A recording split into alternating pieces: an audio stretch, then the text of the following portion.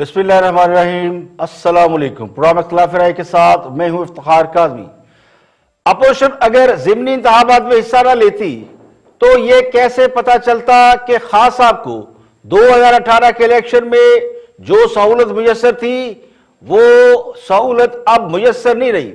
अवाम का गुस्सा और शकूक व शुबहात अपनी जगह पर, जो अभी भी पोलिंग स्टेशनों के अमले का गायब होना किसी नादीदा कुव्वत के खाते में डाल रहे हैं।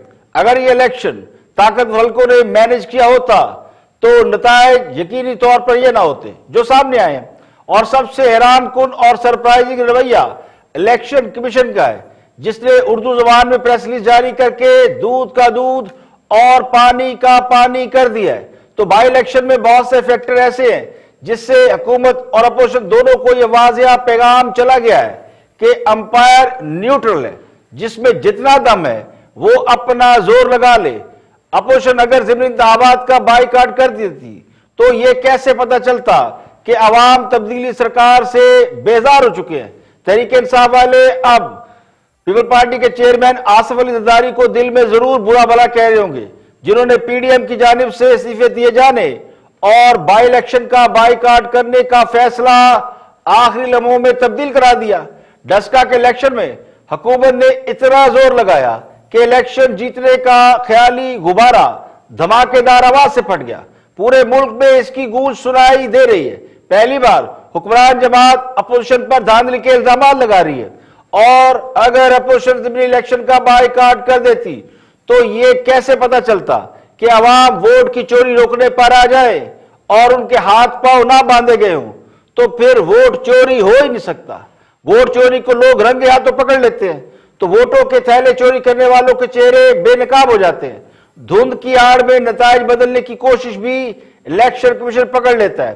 तो कहने वाले ये कहते हैं कि अपोजिशन ज़िमनी इलेक्शन का बाइकाट कर देती तो ये कैसे पता चलता कि इलेक्शन कमीशन बगैर दबाव के भी काम कर सकता है और हुकूमत वक्त का दबाव, उस दबाव के सामने कुछ नहीं होता जो आरटीएस सिस्टम बंद कर सकता है।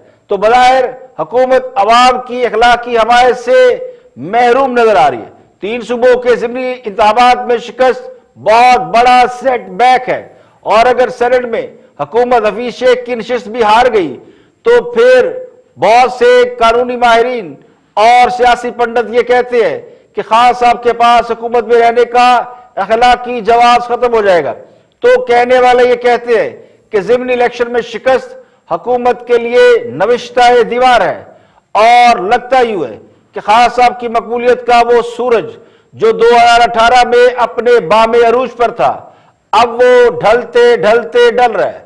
सिंध, पंजाब और खैबर पख्तूनख्वा में पीटीआई की अपनी नशिस्त यानी नौशहरा में पीटीआई की अपनी नशिस्त पर शिकस्त और पंजाब में कौमी असम्बली की एक नशिस्त जीतने के लिए एड़ी चोटी का जोर लगाने के बावजूद रुसवाई के सिवा कुछ हासिल नहीं हो सका। तो कहने वाले ये कहते हैं कि ज़िमनी इलेक्शन से यह बात साबित हो गई कि खान साहब उन कुव्वतों के अब उतने भी लाडले नहीं रहे जिन कुव्वतों ने 2018 के इलेक्शन में उनको वजीर आजम के ओहदे तक पहुंचाने के लिए बहुत सी बातें बर्दाश्त की। 2018 के इलेक्शन में आरटीएस सिस्टम बैठ गया था और 2021 के ज़िमनी इलेक्शन धुंध की भेंट चढ़ गए। तो डस्का में टोटल डाले गए वोटों का तनासब 35% हो और धुंध में फंसे हुए थैलों का तनासब 88% हो तो फिर लोग ये कहते हैं कि चीनी चोर, आटा चोर, बिजली चोर, अद्वियात चोर और इलेक्शन चोर के बाद थैली चोर भी मौजूद हैं। 23 पोलिंग स्टेशनों का अमला थैलों समेत अचानक गायब हुआ तो ना उसे इलेक्शन कमीशन तलाश कर सका, ना उसे पंजाब भर की मैनेजमेंट इस हवाले से कोई मदद कर सकी। तो सुबह 6 बजे जब धुंध अपने अरूज पर थी तो अमला गायब शुदा थैलों समेत आ गया तो इलेक्शन कमीशन को यह कहना पड़ा कि इलेक्शन मशकूक है। इलेक्शन कमीशन ने इस हल्के का रिजल्ट रोक रखा है।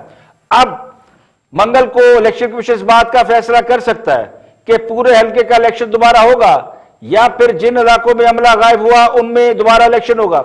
इसके अलावा और अहम बात यह है कि साबिक सदर आसिफ अली जरदारी ने दावा किया है कि वो सेनेट में हुकूमत को ज़िमनी इलेक्शन से भी बड़ा सरप्राइज देंगे, जबकि हुकूमत का दावा यह है कि हफीज शेख को पहले से ज्यादा वोट मिलेंगे।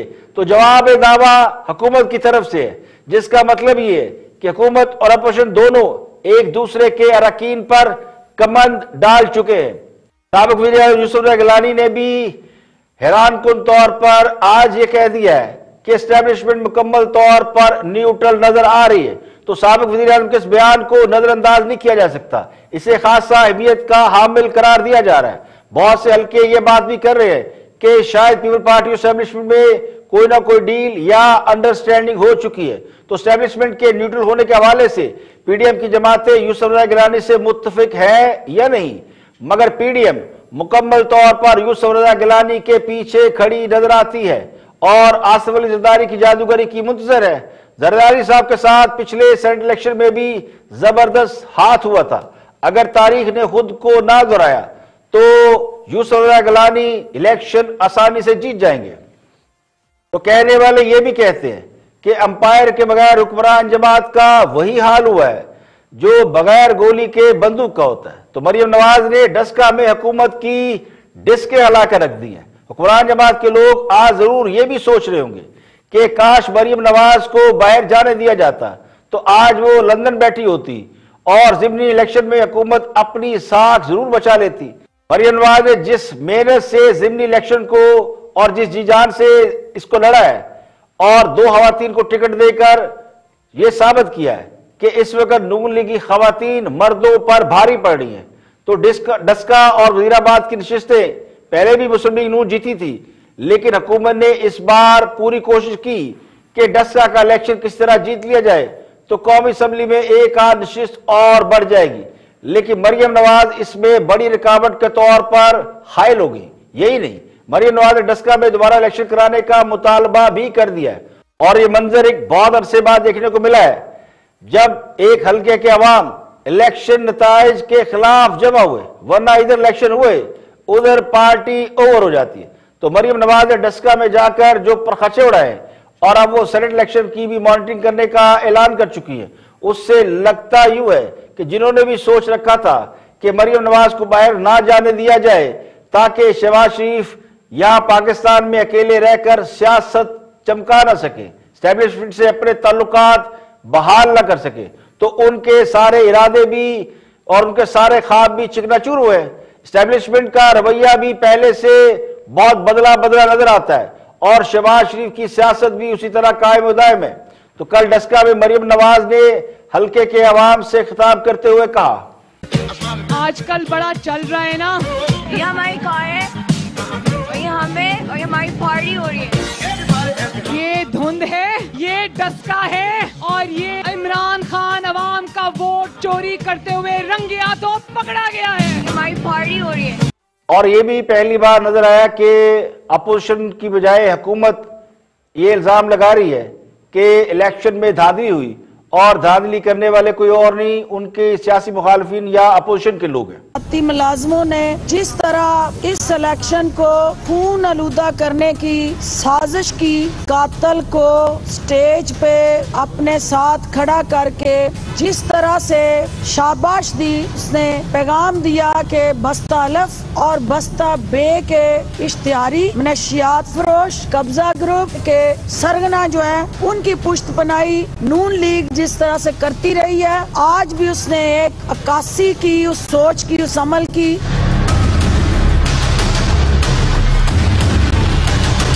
उनकी तकरीर सुन रहे थे तो उनकी जो मगरमच्छ के आंसू जो बह रहे थे, तो हमें बेसाख्ता मॉडल टाउन का वाकया याद आना चाहिए। उसके जो मरकजी किरदार थे राना सनाउल्लाह, वो यहाँ पे मौजूद थे। उनकी सरबराही में ये सारा जो जाने गई के लीडर्स की पिछले 1 महीने की बातें सुनी हो, तो इन्होंने इसमें बरमला इस बात का इजहार किया है कि हम अब इलेक्शन बंदूक से जीतेंगे। नवाज शरीफ के बयानिए को शिकस्त हो रही है।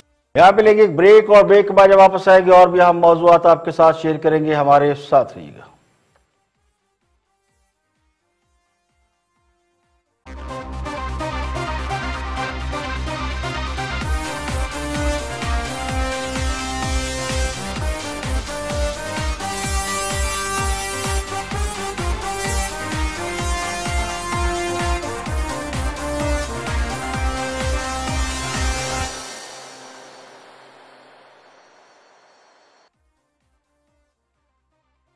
Welcome back. आप देख रहे हैं प्रोग्राम इख्तिलाफ राय और मैं इफ्तिखार काज़मी। एक और अहम मौजू की बात करते हैं। वो मौजू है हलीम आदल शेख की गिरफ्तारी और उनके इल्जामात के हवाले से। एक दिन में इतने ड्रामे।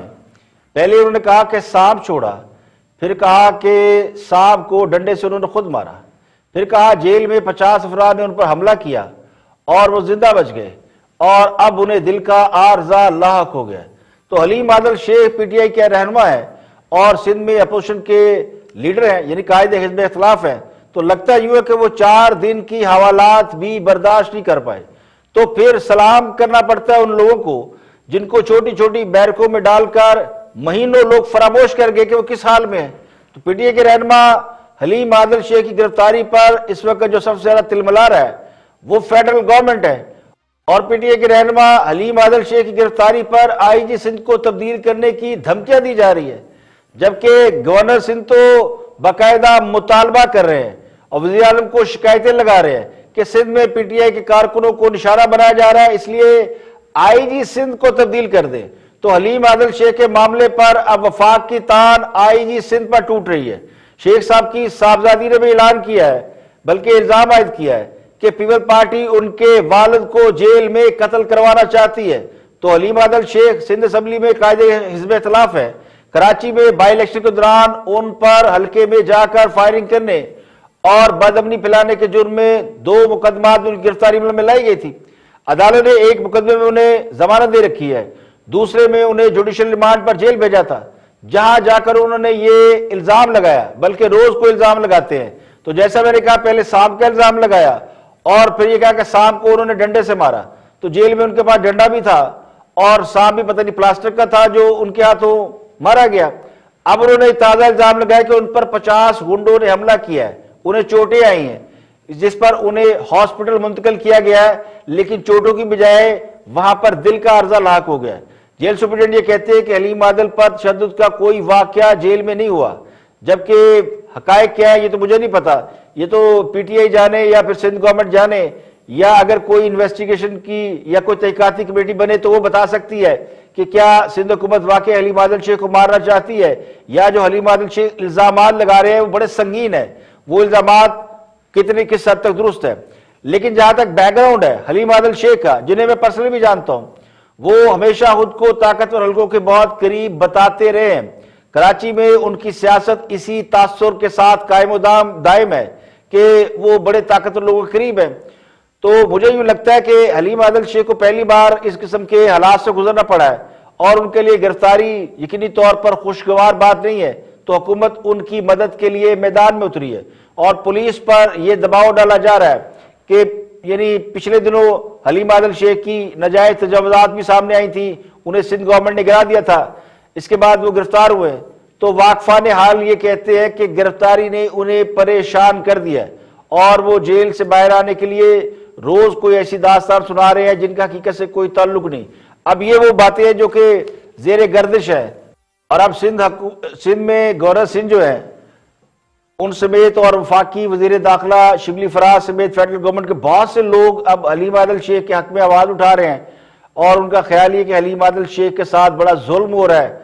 और उस जुल्म को अगर आप देखें तो वीडियो में भी नजर आता है कि उनको कोई खास चोट नहीं, 50 बंदों ने अगर फैंटी लगाई हो तो खुन्ना शुन्ना तो कुछ एक ही देता है ना, लेकिन हो सकता है कि गहरी चोटें लगी हो, लेकिन उनका इलाज जो है वो दिल के मर्ज का इलाज हो रहा है। तो ये सिंध हुकूमत पर एक बहुत बड़ी चार्जशीट है जो कि फेडरल गवर्नमेंट ने लगाई और मुझे लगता है कि आने वाले दिनों में ये एक और तनाज़ा खड़े होने जा रहा है कि फेडरल गवर्नमेंट हलीम आदल शेख की गिरफ्तारी को लेकर आईजी सिंध को तब्दील करना चाहती है। और आईजी सिंध की तब्दीली के हवाले से हमेशा सिंध और वफाक में एक हमेशा माजी में बैकलॉग और एक टेंशन रही है और बड़ा लंबा लंबा ये मसला चला है। तो अभी मुझे लगता है कि इस हलीम आदल शेख शायद इसकी वजह तनाज़ा बने और कराची में आईजी सिंध में जो आईजी सिंध की तब्दीली है उसका मामला कुछ आगे बढ़ाया जाए। तो गवर्नर सिंध ने इस हवाले से क्या कहा वो भी सुन लें। मुकदमात का सामना ही करें भाई, कौन घबराया हुआ है। मैं समझ रहा हूँ कि हलीम आदल शेख ने बड़ी दिलेरी के साथ मुकाबला किया है।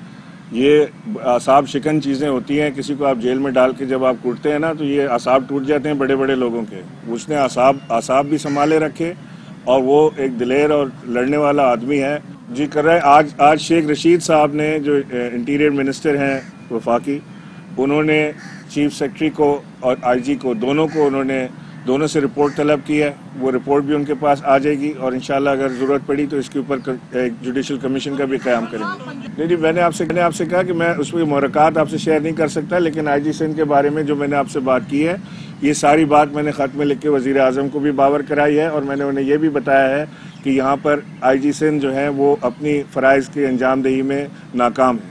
मुझे बता दें, पंजाब पुलिस ने कहीं हमने कोई एक FIR ऐसी काटी हो कि ऑपोजिशन के बंदे को उठा के उसके ऊपर 780A डाल के उसको अंदर जेल के अंदर कूटा हो। कहीं आप KPK में बता दें ऐसी कोई चीज़ की हो, बलूचिस्तान में कोई ऐसी चीज़ हो रही हो जहाँ जहाँ वफाक की सूबाई हुकूमतें हैं वफाक के साथ, वहाँ पर कोई पुलिस गर्दी नहीं हो रही। सिंध में बाकायदा, ये तो अभी मैं आपको शहर का हालात बता रहा हूँ, अगर आप रूरल सिंध की तरफ चले जाएँ तो वहाँ तो बेइंतहा इस तरह के मामलात हैं जो रिपोर्टेड भी नहीं होते केसेस। तो वो हुकूमत जो कि मुखालिफिन को जेलों में डाल के भूल गई, महीनों उनसे पूछा नहीं कि वो किधर है, और अब भी कई अपोजिशन के रहनुमा जेलों में सड़ रहे हैं और उनके हवाले से तो उनको कोई भी बात उनको समझ में नहीं आती और समझते हैं कि अपोजिशन का इस्तेहकाक ये है कि उनको जेलों में डाल दिया जाए, जबकि हुकूमत के एक छोटे से कारकुन को या कि ये PTI के अहम रहनुमा है, उनको अगर 4 दिन जेल में रहना पड़ गया तो पूरी सिंध में क्या पूरा वफाकी गवर्नमेंट तलमिला उठी है। आगे बढ़ते हैं और गुफ्तगू कर रहे हैं रऊफ क्लासा, तजिया निगार है, जर्नलिस्ट है, एंकर पर्सन है, तजिया दे रहे हैं सियासी हालात का और बाई इलेक्शन के हवाले से और उसके बाद पैदा होने सूरत हाल के हवाले से। देखते हैं क्या फरमाते हैं रऊफ क्लासा।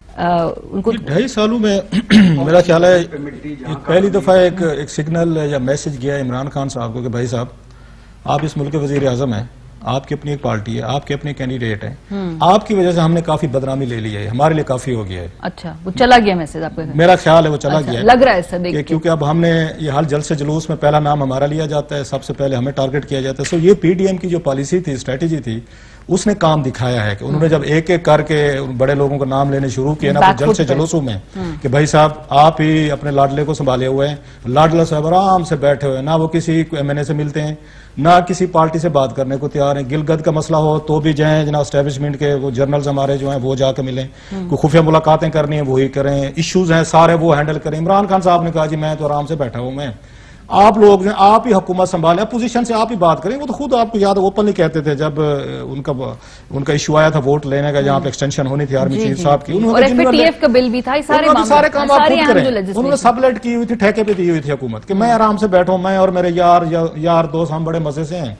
ये 24 किलोमीटर का इस्लामाबाद है, हम इस पे हुकूमत कर रहे हैं, बाकी मुल्क कैसे चलाना है, बाकी आपने उसके बाद रीजनल सिक्योरिटी के क्या इश्यूज देखने हैं, आपने इंटरनेशनल क्या देखने, आप जाने हमारा काम जाने। अब उस पे आके PDM ने जो उनको टारगेट किया, हिट किया है, उन्होंने कहा भाई साहब आप तो सारा काम आप संभाले हुए हैं, आपका लाडला जो है तो कुछ करता ही नहीं है, क्योंकि मुलाकातें जो होना शुरू हो गई थी वो चीजें सामने भी आई। अब एस्टेब्लिशमेंट ने इनको मेरा ख्याल अपने आप को डिस्टेंस किया, ये पहला उसका थोड़ा सा आपको विजिबल साइंस नजर आ रहे हैं कि एस्टेब्लिशमेंट जो है डस्का में भी जो कुछ हो रहा है कि जो इन्होंने वो जाकर स्पेशल ब्रांच के जरिए जिस तरह मैनेज करने की कोशिश की है, फिर स्पेशल ब्रांच वाले इसी तरह के काम करते हैं जो बिल्कुल इस तरह वो सारी नजर आ रही है। इलेक्शन कमीशन का खड़े हो जाना अचानक रातों रात पैरों पे, तो भी नजर आ रहा है कि एस्टेब्लिशमेंट पीछे हटी हुई है कि भाई साहब हमारा कोई तलब नहीं, आप जाने हुकूमत जाने। वो दिन गए जब खलील खां फाख्ता उड़ाया करते थे, अब खान साहब को लगता है काम करना पड़ेगा और इसीलिए आटे दाल का भाव भी मालूम होना अभी से शुरू हो गया। वैसे तो हुकूमत भी रवायती सियासत और पुराने हथकंडे इस्तेमाल करने पर उतर आई है।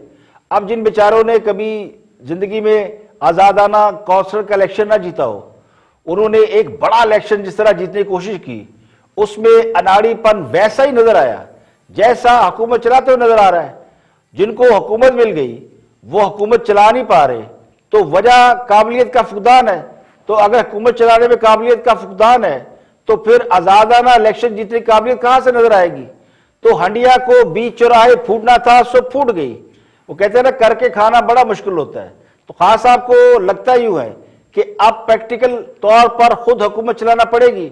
अब डस्का के इलेक्शन के बारे में इतलात ये है कि जिन इदारों से मैनेज करने की कोशिश की गई, ऐसा नहीं कि हुकूमत ने बिल्कुल फ्री एंड फेयर होने दिया, बहुत सी एजेंसीज होती है जो हुकूमत के लिए आगे काम करती हैं, तो उन इदारों का इलेक्शन मैनेज करने का कोई तजर्बा नहीं था।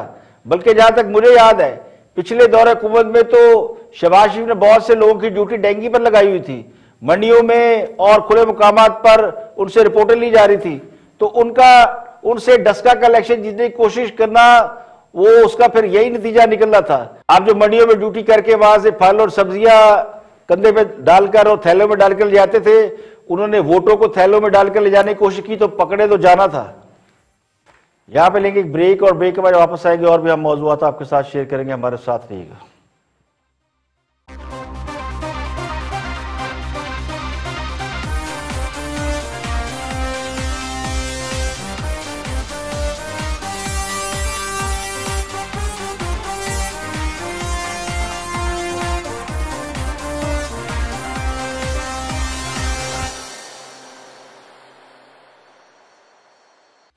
Welcome back. आप देख रहे हैं प्रोग्राम इख्तिलाफ राय, मैं इफ्तिखार काज़मी। अब कुछ गवर्नमेंट का वर्जन देखते हैं। डॉक्टर फरदौस आशिक अवान साहिबा गुफ्तगू करिए सवाल अवाम का, देखते हैं कि वो सिलेक्शन को हुकूमत कैसे देखती है और उसका पॉइंट ऑफ व्यू क्या है।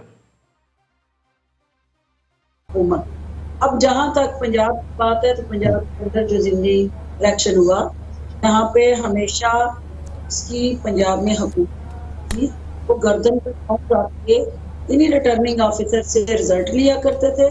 वो बंदूक की नोक रख के इन्हीं इलेक्शन कमीशन से अपने मनपसंद नताइज हासिल किया करते थे। और कभी ये रिवाज नहीं था इस पंजाब की तारीख में कि कोई हुकूमत में हो और वो हुकूमत ज़िमनी इलेक्शन हाथ में। ये रिवाज भी इस हुकूमत ने दिया इसलिए कि वाकई हुकूमत की जिम्मेदारी थी कि जो कुछ पहले हो रहा था, जो वोट चोरी होते थे, जिस तरह से धौंस धांधली से, इंतजामी मिली भगत से इलेक्शन चोरी होते थे, ये हुकूमत जो है वाकई इसने वजीराबाद के अंदर भी और डस्का के अंदर भी वो नहीं किया जिससे पहले हुकूमतें करती रही। नौशहरा के अंदर भी इसने वो अमलदारी नहीं दिखाई, वो गठजोड़ इंतजामिया के साथ और इलेक्शन कमीशन के साथ मिल के नहीं किया, इससे पहले होता रहा। क्योंकि एक तब्दीली का नया पाकिस्तान जो है, इसके अंदर ये रिवाज भी हम लेके आए हैं कि हुकूमत वक्त जो है इस वक्त कटहरे में खड़ी है। हुकूमत वक्त जो है वो मीडिया के कटहरे में भी और अपोजिशन के कटहरे में भी खड़ी है। और वो अपोजिशन जो हमेशा अपने दौर में जीत के दावे करके हुकूमती मशीनरी के जरिए बगले में जाया करती थी, आज वो अपोजिशन जो है हमें अतनाई थू कौड़ी या यूं कह लें अंगूर खट्टे हैं। हुकूमत ने ज़िमनी इलेक्शन जीतने के लिए तमाम ताकतें और तमाम हरबे इस्तेमाल किए, हर तरह कोशिश कर ली। अब कामयाबी हासिल नहीं हो सकी, बल्कि नौशहरा की सीट तो घर से जीत कर निकले थे। पंजाब की 2 सीटों पर ख्वाजा आसिफ की इलेक्शन से पहले गिरफ्तारी अमल में लाई गई ताकि इलेक्शन जीता जा सके। उस्मान डार साहब और डॉक्टर फरदौस आशिक अवान दोनों का तल्लुक सियालकोट रीजन से है, तो उन दोनों का ख्याल ये था, बल्कि इन दोनों की शायद ड्यूटी लगी हुई थी कि वो इलेक्शन मैनेज करें, तो उन्होंने रिपोर्ट तो ये दी थी कि सब कुछ उनके हाथ में है, मुट्ठी में है। अब ये अलग बात है कि डस्का और वजीराबाद के अवाम ने वोट चोरी होने नहीं दिया, तो हारने के बाद हुकूमत हाई मॉरल ग्राउंड लेने की कोशिश कर रही है कि हुकूमत ने इलेक्शन जीतने की कोशिश ही नहीं की।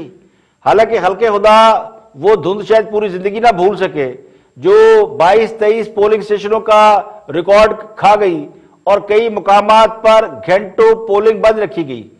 ये ऑन द रिकॉर्ड है, बहुत सारी वीडियोस मौजूद है, आप देख सकते हैं सोशल मीडिया पर जाकर कि बहुत से पोलिंग स्टेशनों पर पोलिंग के अमल की रफ्तार सुस्त की गई। खुद उस्मान डार एक स्कूल में 3-4 घंटे बैठे रहे ताकि पोलिंग ना हो सके। तो अगर नेक नियति से इंतखाबात कराए गए होते तो फिर हुकूमती वज़रा ये जो बैठ के प्रेस कॉन्फ्रेंस कर रहे हैं, रो रहे हैं, ये ना रो रहे होते। आगे बढ़ते हैं और नौशहरा में पीटीआई अपने घर से अपनी सीट हार गई। ये सीट वो थी जिस पर तहरीक इंसाफ बड़े अरसे से नहीं, जब से वो परवेज खटक साहब सियासत में है या पीटीआई में गए हैं, तब से वो क्लेम ये करते हैं कि ये सीट हमारी है। इसी पर गुफ्तगू कर रहे हैं वज़ीर आला केपीके के मामून खसूसी कामरान बंगश की ये सीट वो क्यों हारे, इल्ज़ाम लगाते हैं परवेज खटक के भाई पर। तो पहले उनको सुन लेते हैं, कामरान बंगश क्या कहते हैं। ठीक कह रहे हैं कि ये जो लियाकत खटक साहब हैं, इसके बारे में पहले से हमारे पास रिपोर्ट्स थी। हुकूमती सतह पर भी और तंजीमी सतह पर भी हमारी उनके साथ जरगे हुए, उनको मनाने की कोशिशें हुई और बारहा यकीन दहानियाँ भी हुई कि वो पार्टी के कैंडिडेट को सपोर्ट करेंगे। लेकिन इलेक्शन में जब ये बात वाज़े हुई कि उन्होंने कुछ काउंसलर्स, कुछ नाज़िमीन जो पीटीआई के थे, उनको मैनिपुलेट करने की कोशिश की, तो फिर बात सामने आ गई। इस पर तंजीम से और वहाँ के जो मकामी नुमाइंदे थे उनसे रिपोर्ट तलब कर ली वज़ीर आला साहब ने, और उसके बाद जब ये बात आश्कारा हुई, वज़ीर आज़म साहब के साथ मशवरा हुआ, उन्होंने अप्रूवल दे दी। तो मामला 2-4 किरदारों तक महदूद नहीं है। हफ्ता पहले वज़ीर आज़म आतिफ खान को मना रहे थे, शहराम तरकई का मूड क्या है कोई नहीं जानता इस बारे में। फिर वज़ीर आला महमूद खान की कारकर्दगी से पूरी जमात मुतमईन हो, ये भी मुमकिन नहीं है। शायद यही सब ठीक करने वज़ीर आज़म को आना पड़ रहा है। सेनेट इंतखाबात से चंद दिन पहले ये सब कुछ होना आपके लिए बड़ा सेटबैक नहीं है? कितना बाइस तशवीश है जमात के लिए? हमने 2018 के इलेक्शन ईयर में 20 MPs को पार्टी से निकाला जिन्होंने अपने वोट्स भेजे, वो सबूत की बुनियाद पर था सब कुछ। तो ये जो आप कह रहे हैं कि सेनेट इलेक्शन से पहले इतना बड़ा जो फैसला हुआ, इसके रिपरकशंस तो पाकिस्तान तहरीक इंसाफ रिपरकशन से जो इसके इम्प्लीकेशंस होंगे उससे नहीं डरती। हमारा लीडर जो है वो निडर है, इमरान खान साहब। और वज़ीर आला महमूद खान की आपने बात की, तो पिछले 2.5 साल में जो हुकूमती कारकर्दगी रही है वो अल्हम्दुलिल्लाह बेहतरीन है। हमारी जितनी भी आप सर्वे रिपोर्ट्स उठाएं, खैबर पख्तूनख्वा की कारकर्दगी सबसे अल्हम्दुलिल्लाह अच्छी है। वज़ीर आज़म साहब का ट्रस्ट है खैबर पख्तूनख्वा की जो उनकी टीम है, और हम अच्छा डिलीवर करें अल्हम्दुलिल्लाह। तो हमारे लिए कोई नानी ने व्याह कीता पैड़ा कीता करके छड़िया होर पैड़ा कीता। और अगर इसको एक और मिसाल के तौर पर पेश किया जाए तो कहते हैं उज़रे गुनाह बदतरस गुनाह। एक तो हुक्मरान जमात ने नौशहरा में अपने घर में मार खाई, सीट हारे। दूसरा, हारने की वजह यह बयान की जा रही है कि साबिक़ वज़ीर आला KP के परवेज खटक के भाई लियाकत खटक ने साथ नहीं दिया। यानी लियाकत खटक इतने ताकतवर आदमी है कि PTI का वर्कर इमरान खान को भूल गया, उसने मुस्लिम लीग नून के डब्बे में वोट डाल दिए। अब सवाल यह है कि नौशहरा में हुक्मरान जमात की शिकस्त का जिम्मेदार अगर परवेज खटक का भाई लियाकत खटक है, और लियाकत खटक इतने बासर आदमी को उन्होंने तहरीक इंसाफ से उनके घर की सीट छीन ली, तो इसका मतलब यह है कि लियाकत खटक तो फिर इमरान खान से भी ज्यादा पॉपुलर है। तहरीक इंसाफ का तो दावा यह है कि लोग उम्मीदवारों को वोट नहीं डालते बल्कि खासा को वोट डालते हैं, और लियाकत खटक के बारे में कहते हैं कि उन्होंने इमरान खान को वोट नहीं पड़ने दिया। तो यह बात जाहिर करती है कि लीडर को वोट नहीं पड़ा, वोट फिर इलेक्टेबल को ही पड़ता है। हल्के की सियासत का लीडरशिप से बस वाजबी सा ताल्लुक होता है। लियाकत खटक अगर चाहते बकौल PTI के तो इमरान खान को यह सीट मिल जाती। तो यहां भी हुकूमत जो है यानी हुक्मरान जमात वो अपने ही एक MP पे ये इल्जाम लगा रही है कि उसने धांधली की है और अपनी सीट हरा दी है। अब खान साहब की हुकूमत, अगर वो परवेज खटक ने भी दावा किया था, उनका दावा दुरुस्त माना जा सकता है, जिसमें उन्होंने कहा था कि उनकी वजह से खान साहब की हुकूमत कायम है, जिस दिन वो बदल गए हुकूमत गिर जाएगी। तो ये दावा उन्होंने चंद रोज पहले किया था। तो आज एक सीट वहां से वो उन्होंने उनके भाई ने छीन ली, तो ये साबित हो गया कि परवेज खटक की बात दुरुस्त है। वैसे हकीकत ये है कि कोई भी जमात हो, उसके बारे में ये कहा जा सकता है कि वो भी हल्कों की सियासत की मोहताज होती है, इलेक्टेबल की मोहताज होती है। तो पाकिस्तान में हल्कों की सियासत हमेशा लीडरशिप से ज्यादा मजबूत होती है, और नौशहरा की सीट इसकी एक मिसाल है जिसमें हल्के की सियासत ने लीडरशिप को छठी का दूध याद दिला दिया। अब इसी तरह में खबर यह है कि नौशहरा में इलेक्शन हारने के बाद अब तहरीक इंसाफ ने अपने अरकान की निगरानी करने का फैसला किया है। सेनेट इलेक्शन होने हैं तो अब अरकान की निगरानी के लिए कमेटियां बनाई जा रही है, ड्यूटियां लगाई जा रही है। वो कमेटियां सूबाई वुज़रा यानी सूबाई वुज़रा पर मुश्तमिल कमेटियां हैं जिन्होंने MPs के ग्रुप बना लिए हैं और MPs की वो निगरानी करेंगे।